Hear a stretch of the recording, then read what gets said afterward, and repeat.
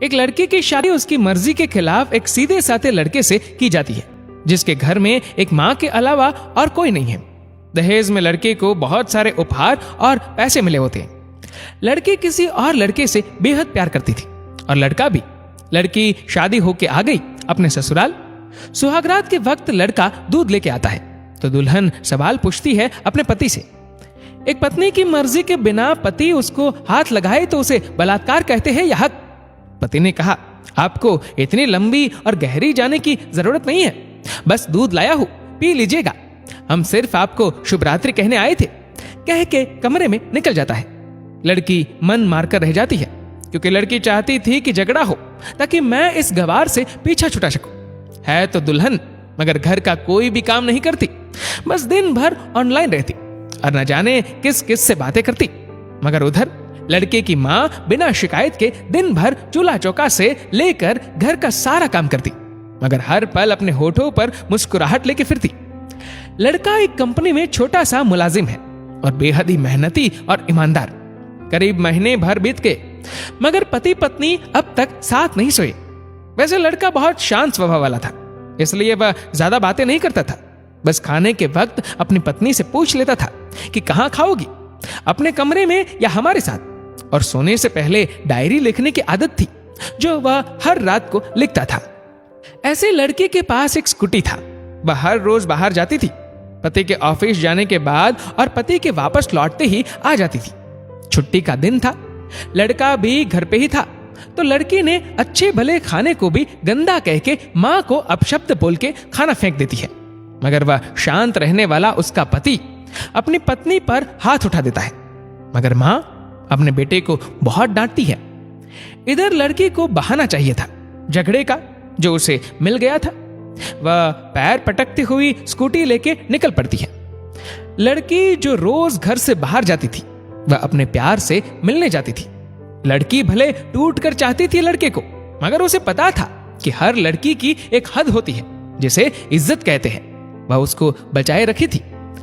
इधर लड़की अपने प्यार के पास पहुंचकर कहती है, अब तो एक पल भी उस घर में नहीं रहना है मुझे। आज गवार ने मुझ पर हाथ उठा के अच्छा नहीं किया। लड़के ने कहा, अरे तुमसे तो मैं कब से कहता हूं कि भाग चलो मेरे साथ कहीं दूर, मगर तुम हो कि आजकल पे लगी रहती हो। लड़की ने कहा, शादी के दिन मैं आई थी तो तुम्हारे पास, तुम्ही ने तो लौटाया था मुझे। लड़के ने कहा, खाली हाथ कहां तक भागोगे, तुम ही बोलो। मैंने तो कहा था कि कुछ पैसे और गहने साथ ले लो, तुम तो खाली हाथ आई थी।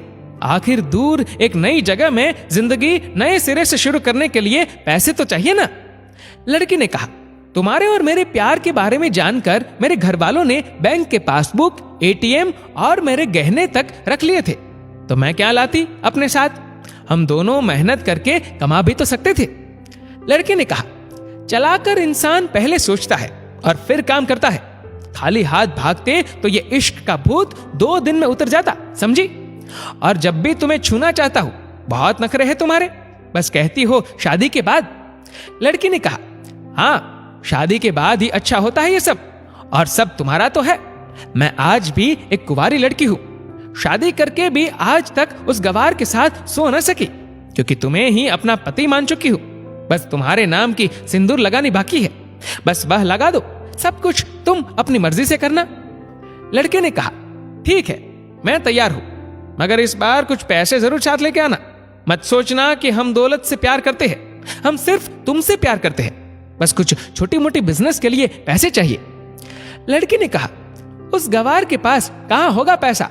मेरे बाप से 3 लाख रुपया ऊपर से मारुति कार ली है, बस कुछ गहने हैं, वह लेके आओगे आज। लड़का लड़की को होटल का पता देकर चला जाता है। लड़की घर आके फिर से लड़ाई करती है, मगर अफसोस वह अकेली चिल्लाती रहती है, उससे लड़ने वाला कोई नहीं था। रात 8 बजे लड़के का मैसेज आता है व्हाट्सएप पे कि कब आ रही हो। लड़की जवाब देती है, सब्र करो, कोई सोया नहीं है, मैं 12 बजे से पहले पहुंच जाऊंगी क्योंकि यहां तुम्हारे बिना मेरी सांसें घुटती है। लड़के ने कहा, ओके जल्दी आना, मैं होटल के बाहर खड़ा रहूंगा, बाय। लड़की अपने पति को बोल देती है कि मुझे खाना नहीं चाहिए, मैंने बाहर खा लिया है।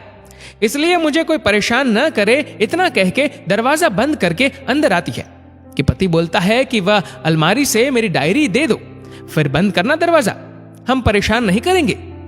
लड़की दरवाजा खोले बिना कहती है कि चाबियां दो अलमारी की। लड़के ने कहा, तुम्हारे बिस्तर के पैरों तले है चाबी। मगर लड़की दरवाजा नहीं खोलती, बल्कि जोर जोर से गाना सुनने लगती है।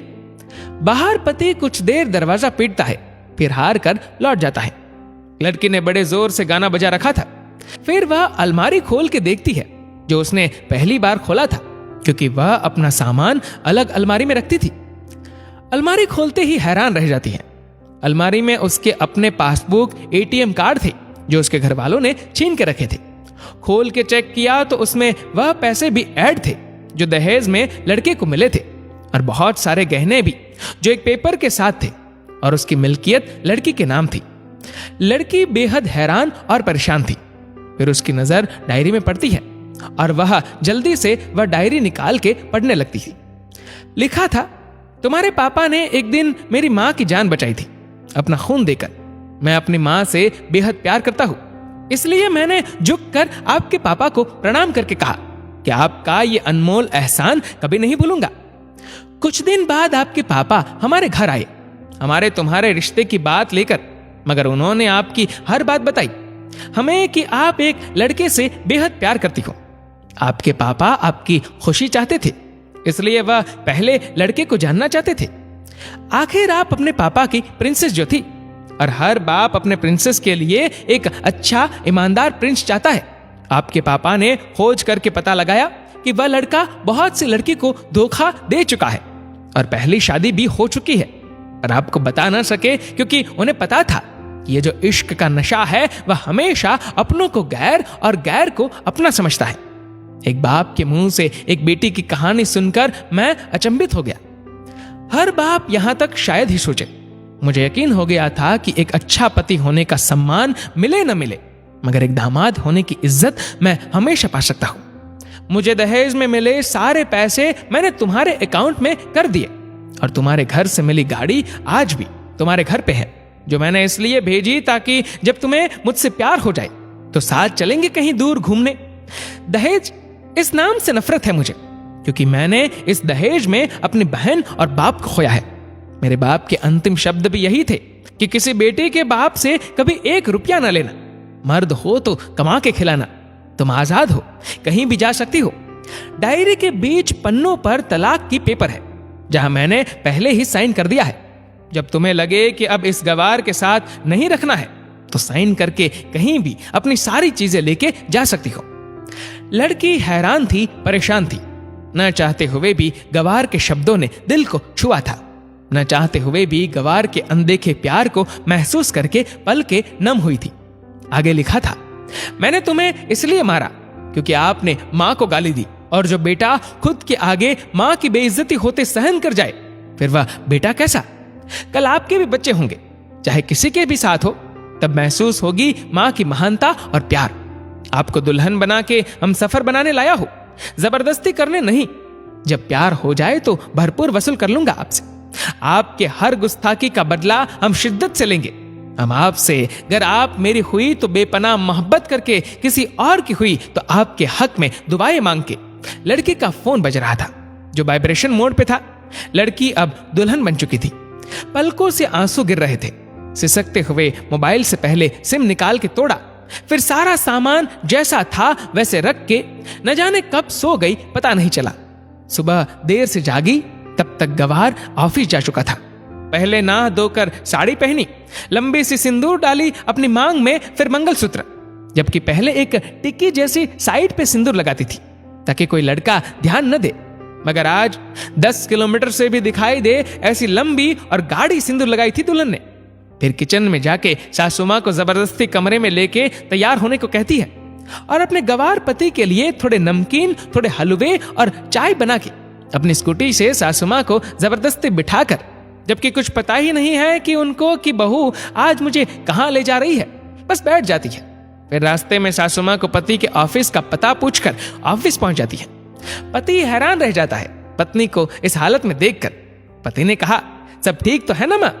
मगर मां बोलती इससे पहले पत्नी गले लगाकर कहती है, कि अब सब ठीक है, I love you for ever. Office के लोग सब खड़े हो जाते हैं तो दुल्हन कहती है कि मैं इनकी धर्म पत्नी हूं, बनवास गई थी, सुबह लौटी हूं, अब 1 महीने तक मेरे पतिदेव ऑफिस में दिखाई नहीं देंगे। ऑफिस के लोग ने कहा क्या? दुल्हन ने कहा क्योंकि हम लंबी छुट्टी पे जा रहे हैं साथ साथ। पति ने कहा पागल। दुल्हन ने कहा आपके सादगी और भोलेपन ने बनाया है। सभी लोग तालियां बजाते हैं और दुल्हन फिर से लिपट जाती है अपने गवार से, जहां से वह दोबारा कभी भी छूटना नहीं चाहती। बड़े कड़े फैसले होते हैं कभी कभी हमारे अपनों की, मगर हम समझ नहीं पाते कि हमारे अपने हमारे फिक्र खुद से ज्यादा क्यों करते हैं। माँ बाप के फैसलों का सम्मान करें, क्योंकि ये 2 ऐसे शख्स हैं जो आपको हमेशा दुनियादारी से ज्यादा प्यार करते हैं। इस वीडियो को लेकर आपकी क्या राय है नीचे कमेंट करके जरूर बताएगा। और अगर आपको वीडियो अच्छा लगा हो तो इस वीडियो को लाइक करेगा, शेयर करेगा ज्यादा से ज्यादा लोगों तक, और ऐसी और भी इंस्पिरेशनल वीडियोस के लिए सब्सक्राइब करें हमारे यूट्यूब चैनल को और फेसबुक पर फॉलो करें हमारे पेज को। धन्यवाद।